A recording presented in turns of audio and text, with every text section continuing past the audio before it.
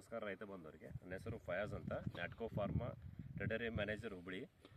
ನಾನು ಇವತ್ತು ನರೇಗಲ್ ಜಕ್ಲಿ ಊರಿಗೆ ಬಂದಿದ್ದೀನಿ. ನಮ್ಮ ಕಂಪನಿ ಉತ್ಪನ್ನಗಳನ್ನು ಬಳಸಿದ ರೈತರು ಅವರ ಅನುಭವಗಳನ್ನು ಕೇಳೋಣ.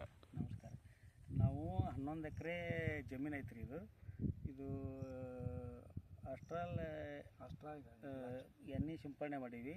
ನಾವೇನು ಟಾನಿಕ್ ಹಾಕಿಲ್ಲ, ಏನು ಹಾಕಿಲ್ಲ. ಒಳ್ಳೆ ಬೆಳವಣಿಗೆ ಬಂದೈತಿ. ಹೂವು ಇದು ಮಕ್ಕಿ ಕಾಲೆ ಗೀಲೆ ಎಲ್ಲ ಚಲೋ ಹಿಡ್ದೈತಿ. ಬೆಳವಣಿಗೆ ಚಲೋ ಐತಿ. ಗ್ರೀನ್ ಹೆಚ್ಚಾಗೈತಿ. ಹಳದಿ ಗಿಳಿ ಏನಾಗಿಲ್ಲ. ಒಳ್ಳೆ ಫಸಲು ಬಂದೈತಿ. ನಿಮ್ಮ ಬಾಜು ಹೊಲದವರು ಬೇರೆ ಸಿಂಪಡಣೆ ಮಾಡ್ರ ಅಂತ ನೀವು ಅನ್ನತ್ತೀರಿ.